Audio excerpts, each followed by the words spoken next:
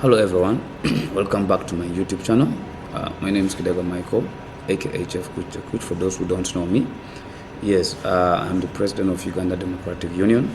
So if it's your first time, you're most welcome. Please make sure you subscribe, like and share, and give us your thoughts, what you think and what you want us to talk about. And we see how we go forward with that. Last time in the other video that I posted, I was talking about how I'm going to start handling my manifestos.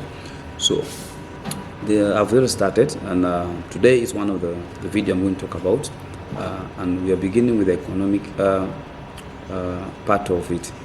So we're going to look at how can we eradicate poverty in our nation.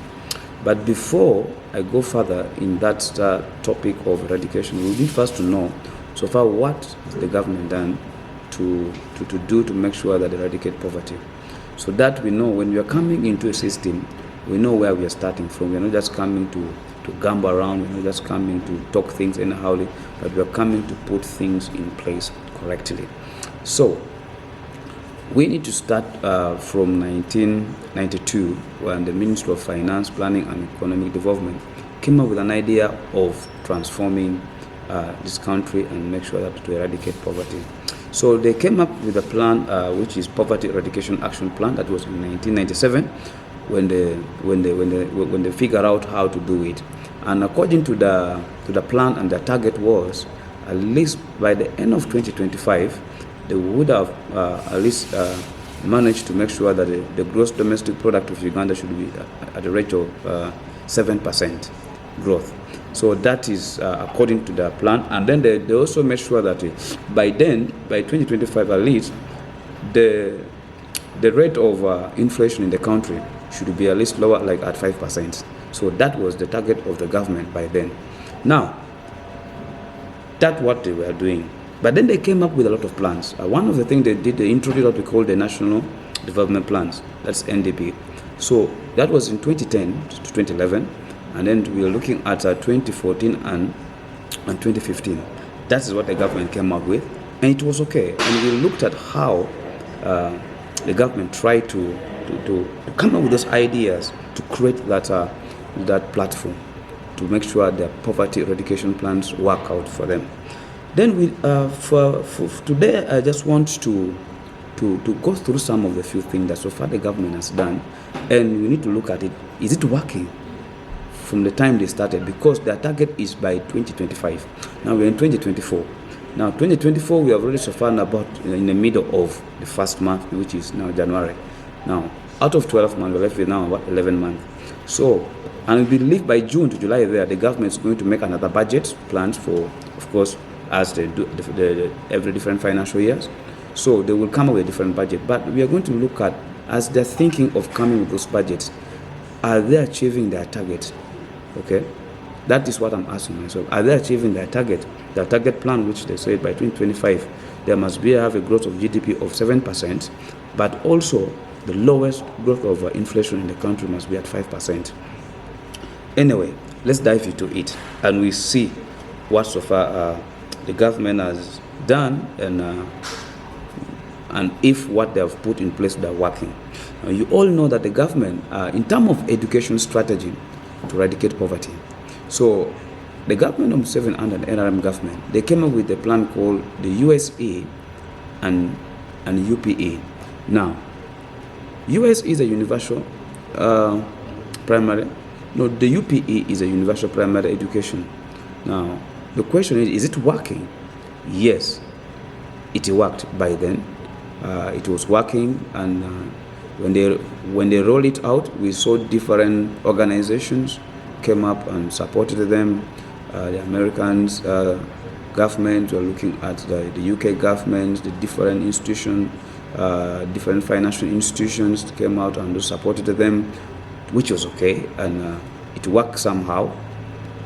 We've seen people in the village now. At least people can read and write. So that was the plan of the government. At least people have to know how to read and write. So, which was a good thing for them. And then they also came up with an idea of USE, that is Universal Secondary Education. So yes, did it work? Yeah, somehow it worked. Yes, because people managed to get educations, and those who couldn't afford tuitions, the government came out. And if you all remember, some of us who were growing by then, by that time, you can remember this, that they used to have the parent the parent something committee like that, where they come together, they see how to can organize the program, and parents could only buy only books to, and then they pay some PTA, something like that. Some of you remember when you were by that time. Not the children of nowadays, they can't remember that. So it worked. Yeah, it worked. But the question is that plan still working up to date? Okay, it's good to come with a program, and the program is working.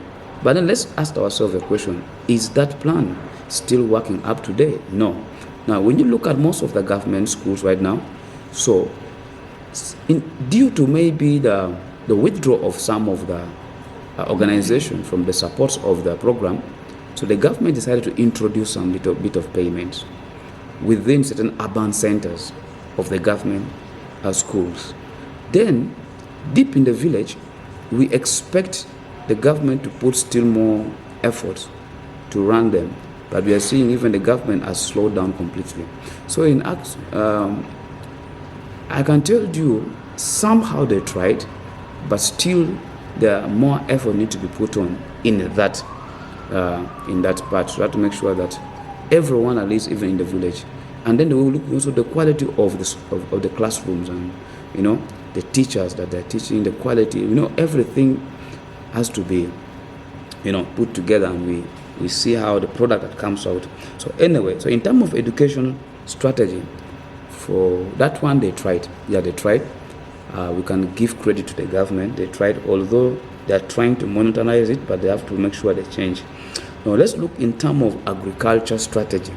Now, and here I will tell you, the government completely failed.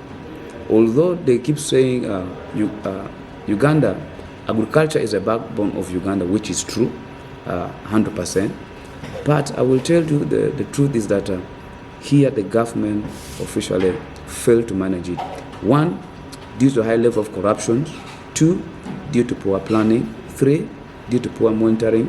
5, the reports being given are not the right reports. And not every part of the region of the country benefits from these programs. And that is where I want to start from.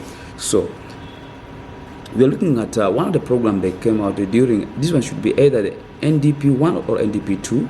I'm going to find out, because I'm going to go into broader details on all of this with another episode of the video. But today I just want to give you the summary of what has happened.